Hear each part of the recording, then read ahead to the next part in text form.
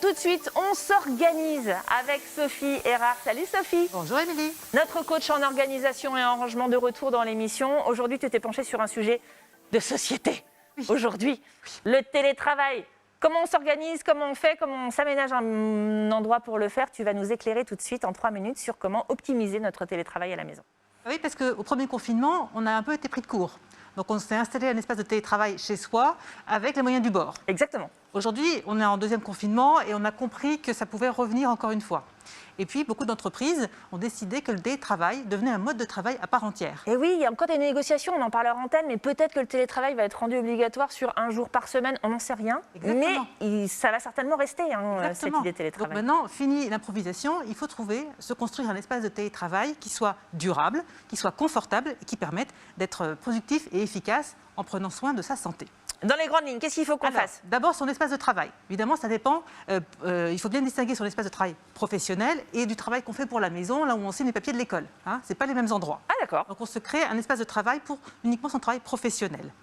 La surface de son plan de travail est importante également. Est-ce qu'on va travailler avec beaucoup de papier ou est-ce qu'on travaille juste avec un ordinateur portable? Donc comme ça, on a besoin de savoir si l'espace qu'on met à disposition. Exactement. Ok. On se met dans un endroit calme. On évite d'être dans le passage, dans la maison, parce que quand les enfants rentrent de l'école, ça fait du bruit.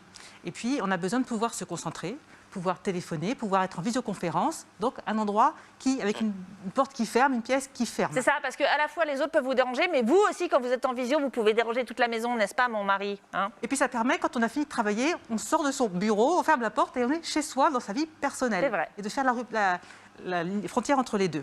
Comment on aménage notre bureau, justement? Il y a des trucs à savoir? C'est bien de désencombrer de tout ce dont on a besoin.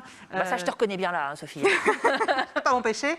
On fixe des étagères au mur, des placards, un plan de travail, un plan type atelier, où on accroche toutes ces fournitures pour avoir un plan de travail dégagé. Quand on arrive avec ces dossiers, on les pose et on peut s'installer à travailler. C'est beaucoup plus accueillant. Attention à la lumière, bien éclairer son plan de travail. Ah ouais, avec t'as raison. Lumière naturelle ou artificielle, peu importe, mais un bon éclairage. Et puis investir dans un siège de bureau. Mais oui, c'est fini les chaises de cuisine, ça c'était pour le premier confinement. Votre dos vous dira merci. Un bon siège de bureau.